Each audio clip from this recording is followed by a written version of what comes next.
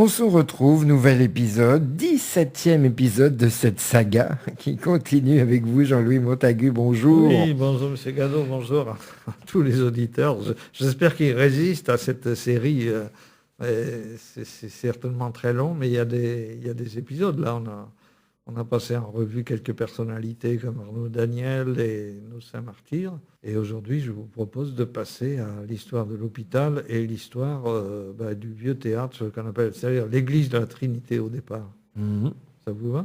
Mais je vais être tout oui. Alors, à chaque fois, je vous rappelle aussi notre source, c'est sur le site Calameo. Vous tapez Église de la Trinité et vous tombez sur le premier diaporama et l'autre sur Sermoulin, hôpital de Ribérac, ça suffit. Et vous cliquez et vous pouvez regarder en détail le diaporama. Parce qu'évidemment, je m'inspire, je fais très bref, donc je ne dis pas tout. Mais tout ça peut être présenté un jour sous forme de conférence. Le détail mérite autant d'être connu que les traits principaux. Mais ici, on va faire du résumé. Très bien. Alors, on vous écoute. Un peu improvisé d'ailleurs, parce que je le redécouvre avec vous. Alors, on va parler d'abord de l'église de la Trinité, qui est devenue ensuite le vieux théâtre de Ribérac. Et je vous expliquerai que j'ai des bonnes raisons d'en parler personnellement. Tout ça a été reconstitué, bien sûr, je le dis en début du diaporama, à partir d'archives purement privées, parce qu'on n'a toujours pas de... Mais j'ai eu la chance, moi, d'avoir mon grand-père qui a été animateur de ce théâtre, donc j'ai toutes les pièces de théâtre qu'ils ont jouées, et c'est ce qui m'a permis d'en parler de manière autorisée, si je peux me permettre. C'est un des monuments de Ribérac. Alors je rappelle, quand on a fait la visite de Ribérac, qu'il y en avait 18 à peu près, et c'était le troisième, qu'on appelle l'ancien théâtre, ou église de la Trinité. Dès la création, il faut savoir qu'à Ribérac, il y avait 3 paroisses, enfin la création des diocèses, là on remonte aux années 800-900, Saint-Martial, Faye et Saint-Martin de Ribérac. Mais comme vous pouvez le deviner, aller à la messe comme les gens faisaient à Saint-Martin, ça fait quand même 2,5 km. Pareil pour Saint-Martial. Et c'était pas facile. Donc pendant un siècle à peu près, il y a eu un débat pour savoir si on allait construire une église. Et ça, les églises, je ne vous les rappelle pas, elles sont connues, leurs saints patrons qui sont comme Saint-Martial. Ensuite, vous avez à Saint-Pierre pour Faye. Voilà. Et arrive l'idée de l'église. Alors, Trinité, je me suis demandé pourquoi, parce que ce n'est pas un saint, c'est une personne de la Trinité. C'est peut-être parce qu'il y avait 3 paroisses réunies en une. Donc, par analogie, on a fait une Trinité. Alors, donc j'explique ça aussi dans le diaporama. Ils ont construit cette église. Alors, attendez, même à l'origine, c'est un terrain. Elle date de 1731. Elle conservera sa vocation jusqu'en 1789, où là, elle a été récupérée jusqu'à nos jours. Cet emplacement, vous le voyez, il est central, bien sûr, puisque c'est au centre, à côté du Ribéraguet. Malheureusement, le Ribéraguet l'inonda plusieurs fois et ce fut un peu la cause de la dégradation du bâtiment. Alors actuellement, le bâtiment qu'on a conservé une partie du plan et du gros œuvre de l'église du XVIIIe siècle. Voilà. Alors le terrain, il a été acquis par un prêtre de Saint-Martin de Ribérac, François de Crémou, qu'il avait acquis pour ça. Et les travaux ont démarré en 1727 jusqu'en 1731, où l'église a vraiment été ouverte. Dès 1756, c'est-à-dire 25 ans après, la charpente était déjà en ruine et les pluies avaient ruiné le bâtiment pour le rendre obsolète au culte. Donc on était ramené à la situation précédente. Alors après, elle a servi de salle de réunion pour les débats sur les cahiers de doléances, mais elle reste utilisée comme église. Ensuite, elle est devenue, sous la Révolution, lieu de réunion publique et il y a même eu un tédéum qui a été célébré en 1791 à l'appel de la grosse cloche qui a fini fondue, comme beaucoup d'autres, pour fabriquer des canons. Bon, ça a été l'époque. Ensuite, elle est devenue brièvement temple de la raison, reconvertie alors du temps de Robespierre en temple de l'être suprême, quelque temps, jusqu'en 1794. Ensuite, elle a servi de dépôt à fourrage et, comme on le voit encore affiché, siège des réunions de la Société du Secours Mutuel, qui avait été rétablie sous Napoléon III, mais qui sont devenues effectives en 1881. Et c'était des sociétés de corporations, disons, très, très actives à l'époque où il n'y avait pas de mutuelle, ni de de sécurité sociale. Alors après, pendant plusieurs années, voilà, elle a été un peu délaissée, cette église, et c'est devenu ensuite, entre 1919 et 1930, un lieu de spectacle, de concerts et de salles d'animation. Il n'y avait peut-être pas le cinéma encore à l'époque, donc il y avait le patronage qui animait beaucoup, et il se trouve que c'est mon grand-père qui était rescapé du chemin des dames en 1917, qui avait commencé à la gare comme homme d'équipe en 1919 sous le Paris-Orléans. Et il avait organisé des soirées d'animation. Alors j'en ai des témoignages, et d'ailleurs j'ai gardé les photos des groupes d'animation. Et je vois que mon ami Jean-Claude Noël a aussi gardé des photos de cette époque. Alors j'ai donné en particulier le menu détaillé d'une festivité qu'ils ont organisée, mais qui est très complète, avec un monologue, une pièce, un intermède musical, car il y avait un groupe de musique, on en a parlé l'autre jour, une deuxième pièce, un autre monologue, un troisième intermède musical, une troisième pièce et un final musical. Alors vous voyez, c'était long. Il n'y avait pas de télé, mais on savait se distraire. Alors voilà, et moi j'ai gardé tous les livrets, alors je montre le programme, les livrets, ça s'appelait des séances récréatives. Et j'ai retrouvé les morceaux de musique qu'ils ont joués. Et je peux vous dire que c'est d'un niveau assez sérieux. C'était pas une fanfare, c'était pas les Bodega. Non, c'était des morceaux classiques comme La Poupée de Nuremberg, Le Rêve de Manon, La Reine Joyeuse, La Sabotière de Botrel. C'est des morceaux quand même très, très difficiles à jouer. Voilà, et j'ai gardé 23 livrets, donc je laisse à ceux qui voudraient un jour rejouer. Alors il y a des auteurs connus, des auteurs...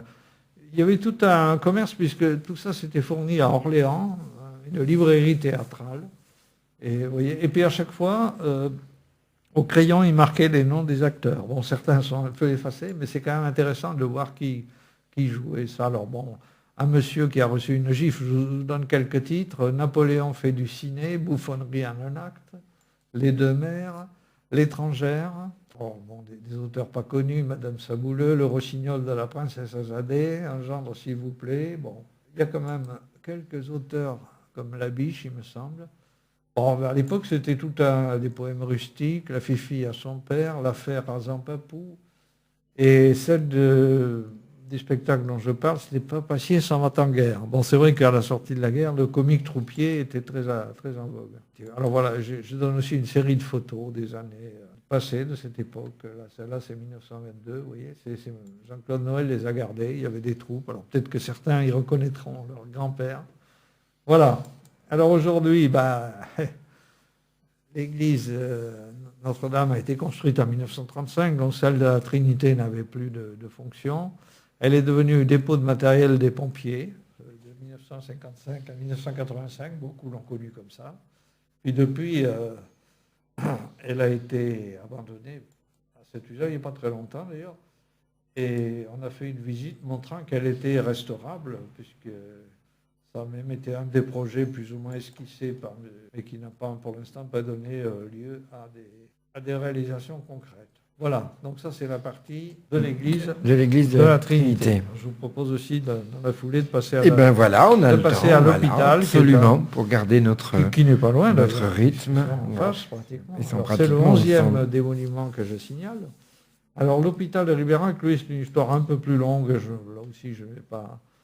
Il a été construit au XVIIIe siècle et il succède à un hôpital beaucoup plus ancien. Alors l'hôpital beaucoup plus ancien, on le doit à deux sœurs, les sœurs Moulin, qui ont fini par légaliser leur projet une fois réalisé, parce qu'avec le soutien de l'administration royale en 1768, donc sous Louis XVI. Après, il y a eu la Révolution, elles ont été dispersées, mais elles sont revenues, et sous la direction d'une certaine Marguerite du Solier. Alors, il est classé, l'hôpital, il a l'air de rien comme ça, mais le bâtiment de base avec la chapelle est tout à fait classé. Alors, je rappelle dans ce diaporama qui est très complet, mais qu'on ne va pas juste survoler, l'idée générale d'hôpital, à l'époque, il n'y avait pas trop d'hôpitaux, il n'y avait pas de service public, c'était la charité publique et l'Église en particulier qui, avec ses sœurs, a peu à peu instauré d'ailleurs une médecine qui était embryonnaire. Il n'y avait pas de médecine, il y avait des charlatans que Molière a déjà bien décrits, des guérisseurs. On a toujours des rebouteux ici dans le coin. Et ça, mes grands-mères, je me souviens, les fréquentaient de temps en temps. Hein. Et puis le désert médical d'aujourd'hui n'aide pas à rehausser le niveau de la profession. Donc, au Moyen-Âge se créent ce qu'on appelait des hôtels-lieux. On pense à celui de Paris, entre autres, mais il y en avait partout. Louis XIV a créé l'hôpital général, mais lui, pour ses soldats. Hein. C'était ses soldats, il les prenait en compassion, et il a créé l'hôpital dit des Invalides, si vous voulez. C'était aussi c'était la première réalisation royale de ce niveau. Bon, les hôpitaux vont devenir municipalisés à partir de la Révolution, c'est-à-dire autour de 1796. Jusqu'à présent, ils vivaient des produits de dotation et des taxes liées à l'octroi. Donc on a aussi parlé de l'octroi, là, ici à Ribérac. L'hôpital donc, devient, après 1941, un lieu de soins accessible à tous. Alors, revenons peut-être à l'origine. L'origine, c'est la patronne Sainte Marthe. Alors, Sainte Marthe de Béthanie, c'était une congrégation. Alors, Marthe, c'est celle qui s'activait beaucoup pendant que Marie écoutait Jésus lui parler. Et donc, ce sont des sœurs qui étaient dédiées, si vous voulez, qui se sont dédiées aux soins aux malades et aux pauvres et aux nécessiteux. Sous Louis XIV, sous Louis XV, sous Louis XVI, c'était un vrai désert médical. Il y avait beaucoup de guerres, de famines, d'épidémies. Donc il y a une médecine avec des guérisseurs. Puis il y avait aussi la pharmacie qui démarrait à ce moment-là. On appelait ça les apothicaires, mais il y avait beaucoup de simples. Quand vous allez dans les monastères, vous trouvez un jardin de simples. Les simples, c'était des... On y revient d'ailleurs. Vous avez de la phytomédecine, là. Voilà, c'était les simples et ça marchait apparemment, enfin pas toujours, mais en gros. Alors, en même temps, ces sœurs-là faisaient de l'enseignement, du petit enseignement, et ça a beaucoup démarré. Alors Ribérac, au XVIIIe siècle, je passe aussi rapidement sur les guerres de religion, où le château de Ribérac a été pris par les protestants, qui ont incendié la collégiale et tout ça. Bon, tout ça, ça fait partie des épisodes de la vie courante. Et au XVIIIe siècle, c'est une ville commerçante, et avec ses 3 paroisses. Et alors, c'est les congrégations. Là, je reviens c'est un peu décousu. Hein. Après la Fronde, il y avait des fondations très encouragées par les évêques, donc qui fleurissent un peu partout. En particulier, M. Vincent de Paul, a créé lui aussi sa congrégation des filles de la charité, mais dans le Périgord, entre La Rochelle et Périgueux, c'était les sœurs de Sainte-Marthe qui avaient un quasi-monopole. Donc elles se sont développées, en particulier autour de 1650, à Périgueux. Il y avait 2 congrégations, à Périgueux et Angoulême, grâce à 3 jeunes angoumoises. Alors leur vœu était inspiré par Saint Ignace et les Jésuites, le service des pauvres et de Jésus-Christ. Et elles mènent une vie consacrée, et elles finissent par avoir des connaissances, parce qu'elles ont une pratique elles voient des guérisons, c'était un peu bricolage à l'époque, mais c'était quand même très utile. Surtout qu'en 1634, il y a eu une épidémie de peste à Angoulême, fait beaucoup, beaucoup de ravages. Bon, alors ensuite, c'est parti d'Angoulême, surtout en 1650, une certaine Élie Guillebeau. Bon, elles ont un vêtement caractéristique, je donne les photos là, enfin des dessins d'époque. Puis les fondations se sont multipliées. Alors on voit la carte. C'est fantastique. Alors au XVIIe, au XVIIIe siècle, c'est l'époque où le château va changer il y a un véritable zapping entre les maisons nobles. D'Ailly, pendant longtemps c'est d'Ailly, mais après, je rappelle tout ça. Alors sous Louis XV, là aussi, le château est en fort mauvais état. Il y a la Fronde qui apparaît après. Le bourg, à l'époque, comptait 500 habitants, vous voyez, en 1714 à peu près.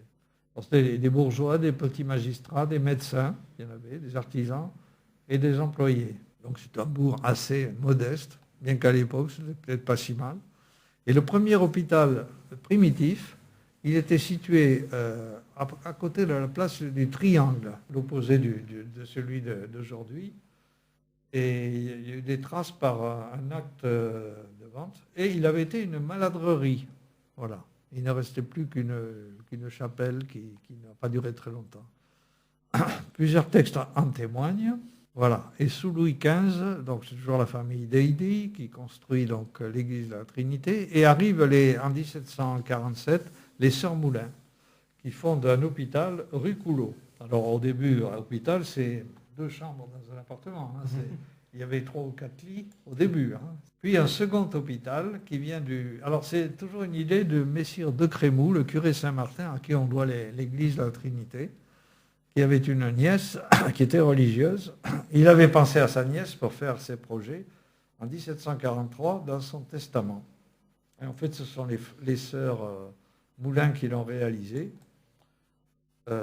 L'hôpital donc est fondé vraiment en 1747 et reconnu légalement, officiellement en 1768. Vous voyez, pendant 20 ans, c'était un peu clandestin. Après, il sera reconstruit au début du 19e siècle. Au début, il s'ouvrait rue Coulot.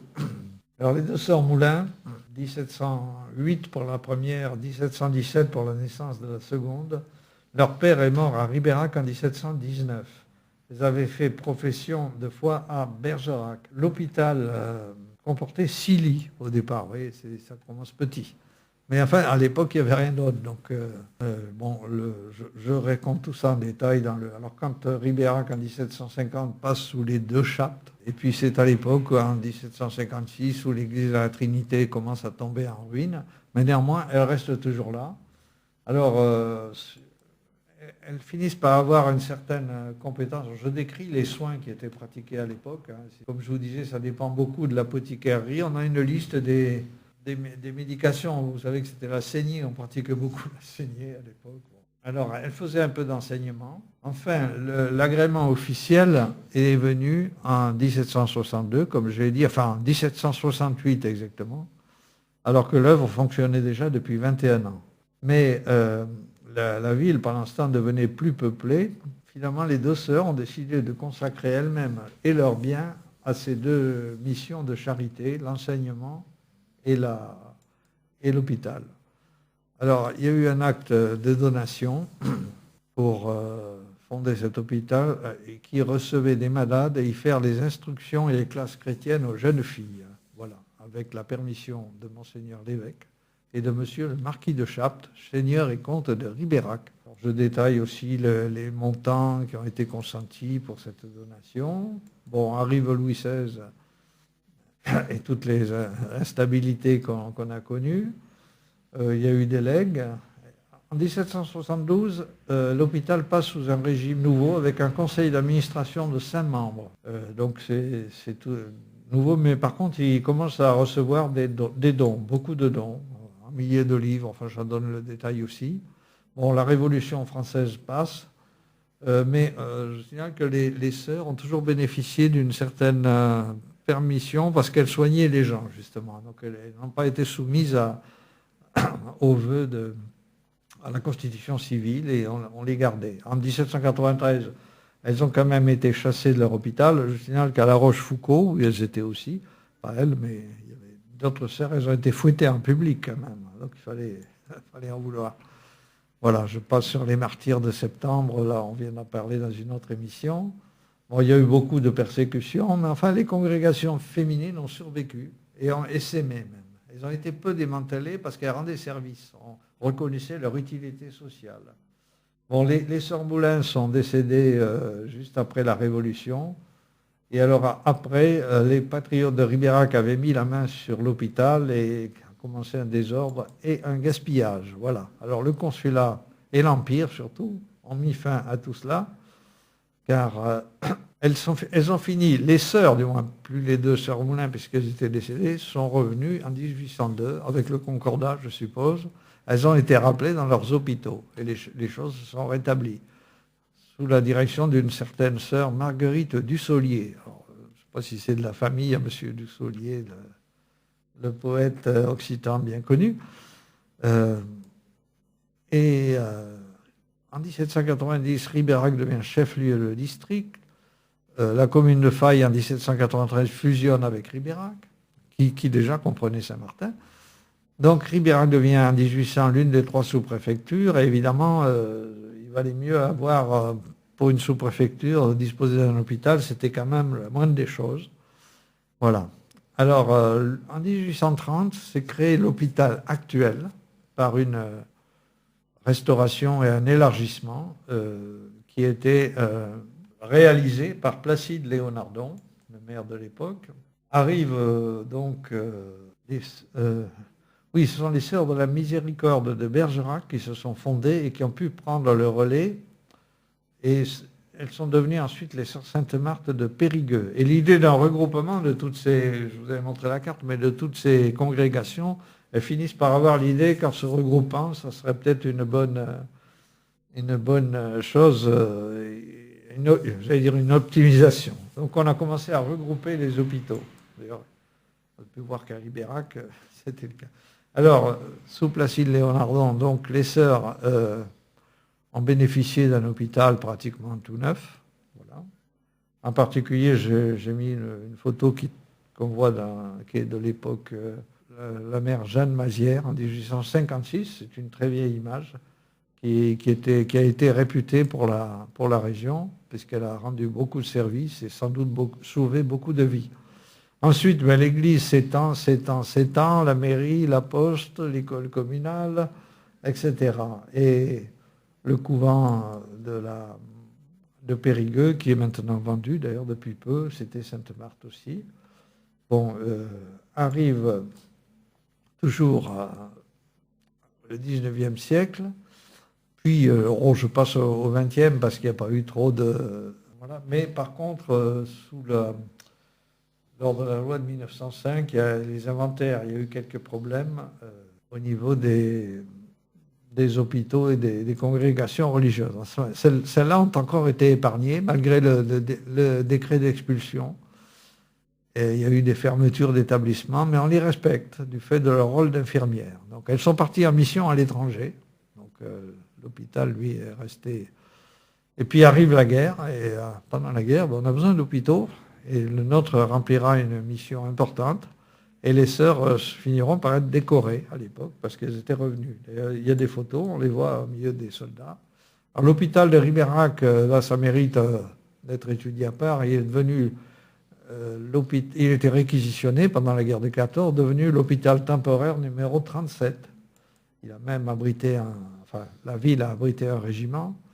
Il y avait aussi à côté le sanatorium de Vanxin qui accueillera ceux qui étaient victimes de la tuberculose à l'époque, et le château de le château de la Ménardie qui a été lui aussi à Saint-Vincent-Jalmoutier, qui a été aussi un hôpital pour les militaires réformés pour tuberculose. Alors c'est mon arrière-grand-père qui a fait un séjour de 6 mois. Bon, il y avait des pénuries, etc. Bon, arrive après l'entre-deux-guerres, la Deuxième Guerre mondiale, et l'hôpital de Ribérac assure aussi une importante activité auprès de la population civile et militaire. En 1962, sous Henri Crassa, la gestion est toujours confiée aux sœurs de la congrégation Sainte-Marthe, et depuis 1958, il y a eu transformation, équipement, rénovation de l'établissement, approuvé par le ministre en janvier 1965. Et la partie neuve a été construite et comprend 2 corps de bâtiment, 76 chambres et au total une capacité de 80 lits, donc avec tous les établissements annexes. Donc vous voyez que c'est quand même devenu un grand hôpital. La capacité est augmentée en 1973, service de médecine de 30 lits qui a été décidé, 16 lits de médecine et 14 lits de convalescence. Un bloc de radiologie, le service de médecine comprend aussi un dispensaire. Bon, alors cette fois, on atteint 90 lits, service de médecine, une maison de retraite de 90 lits, un service de médecine de 30 lits, une pharmacie, un local de kinésithérapeute en 72 et des services d'administration et une restauration, un service de restauration. Et en 2005, il y a eu des alertes sur la situation financière et est venu... pendant ce temps, est venu le regroupement en 2015, regroupement des 3 hôpitaux de la Double, la Ménardie, Saint-Olé et Ribérac. Donc Ribérac est devenu le pôle central. Voilà. Et la restructuration complète pour 14 millions d'euros en 2016 pour des travaux qui ont duré 30 mois. Alors on continue à la partie hébergement, 146 lits, intégrant l'hôpital de jour, reconstruit à neuf. le secteur hospitalier avec 16 lits de médecine, pôle d'animation pour les personnes dites désorientées, et l'amélioration du service des urgences qui éviteront d'aller à Périgueux. Alors je donne tous ces détails évidemment à la fin du diaporama avec les photos correspondantes. Donc je crois qu'on doit beaucoup à ces deux sœurs Moulin. Alors il se trouve que la rue, on ne leur a pas rendu hommage par un nom de rue, mais la rue s'appelle Jean Moulin. Alors ça n'a pas... Est-ce que c'est un jeu de mots? En tout cas, c'est un hommage très indirect qui leur est ainsi rendu. Et je pense qu'on leur doit beaucoup. Voilà. J'espère que nos auditeurs le comprendront aussi, parce que c'est une œuvre de longue haleine qui a rencontré beaucoup d'opposition, d'épreuves. Mais finalement, il fallait avoir une foi du charbonnier pour arriver à poursuivre cette œuvre malgré toutes les déconvenues qu'elles ont pu rencontrer. Et on leur doit finalement l'installation d'aujourd'hui. Voilà. Et à l'heure où les féministes, et à juste titre, regrettent qu'il n'y ait pas assez de noms de rues au nom des femmes, ben voilà, ce serait l'occasion, pourquoi pas, de baptiser un jour une rue de Ribérac. Les deux sœurs Moulin méritent au moins cela. Voilà. Merci beaucoup. Je vous en prie, puis à une prochaine aventure. À bientôt.